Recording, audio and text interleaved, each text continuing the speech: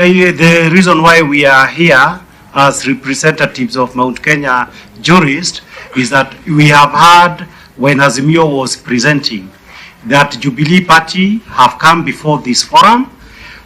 Instead of coming to speak to the issues that is facing Mount Kenya counties, they have come to say how they are being fought and rebellion caused in their people. This issue is absolutely more important than can be imagined from a constitutional perspective. Because for the first time in our country, Kenya's largest community does not have a political party that can be able to speak on its behalf. The last time, during the colonial time, during the mid-1980s, during the era of President Daniel Arap Moi, when the Kikuyu community was disenfranchised economically and politically, you had serious constitutional crises that occurred.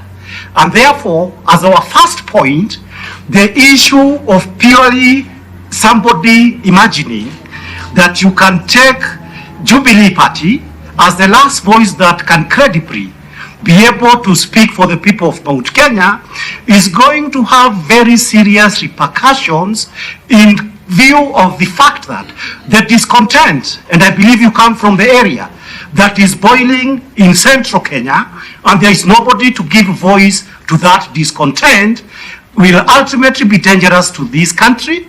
And it is a reason that earlier on, you may have an attempt that when discontent boils, young people will start to be called mungiki, and you'll have another round of extrajudicial executions that have occurred previously in this country. That's point one. So it's a damn serious issue, whether we have anybody speaking for us.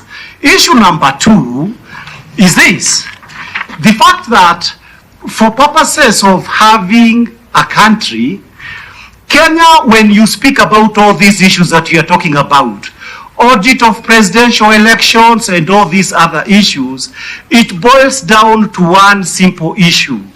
And that simple issue is this, that in Kenya we have head of state, commander-in-chief, and head of government.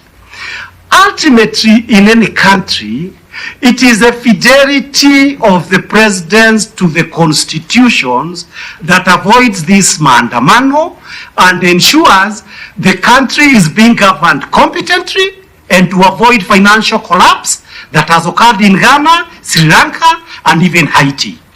In saying this, we have this in mind, that if we continue to have the current trajectory, in which, for example, you do an elections in the year on the 9th of August last year. So you are president because of the vote outcome on the 9th of August last year. If on the 9th of August last year, the gazetted elections results was that Azimio Party was a majority, then it is a moment for introspections by the president. On what basis could members have been sponsored to ensure that Kenya Kwanza would get an artificial majority in parliament and to get its own founder member, Honorable Wetangula, declare that that Kenya Kwanza, which was a minority according to the elections, is ultimately the majority in Kenya. It is our submission as Mount Kenya jurist, that if those election results could simply be accepted and respected, it would be possible for this country to be governed on the basis of the actual outcome of the elections. Point number three, and this is very important for the Mount Kenya people, the issue of resource allocations. The issue of resource allocation, and it touches our heart, that we are yet to see an elected leader from Mount Kenya speaking about this very serious issue. We have had the people dying on queues. We have had the situations where Mount Kenya counties people for bursary are getting 2,000, when other people are educating, and these are personal friends from northern Kenya. People are taking children to colleges in Kenya and even outside on government scholarship.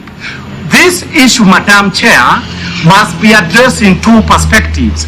Perspectives number one, is that on the issues of counties, and there are some proposals that have been made on how new counties are going to be created.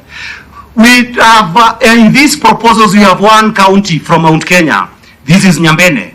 If you go by that proposal, that there is only one county that is going to come from Mount Kenya, two things will happen.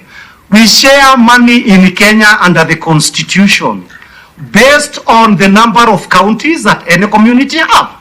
So we are running the danger that because of an apparent quietness of the elected leaders of Mount Kenya, you will have a situations in which new counties will be created to 60 or whatever number it's going to be, and Mount Kenya will only have Nyambene. So we have made a proposal in our write-up to ensure that there are additional counties created from Mount Kenya. Perspective number 2 is on what we called the difficulty. If you have a situations where in Mount Kenya counties, no new counties are created, under the presidential elections rules, it will not be possible to viably get a presidential candidate from Mount Kenya, because of the simple rules that you must get 25% in half of the counties.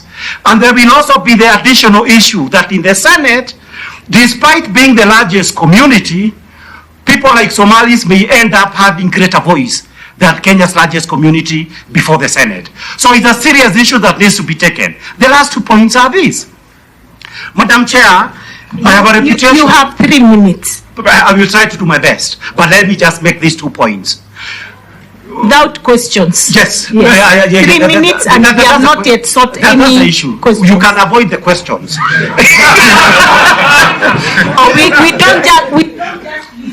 We also seek clarification. Yes, Chair, but you have discretion. If it is very important, you will ask questions.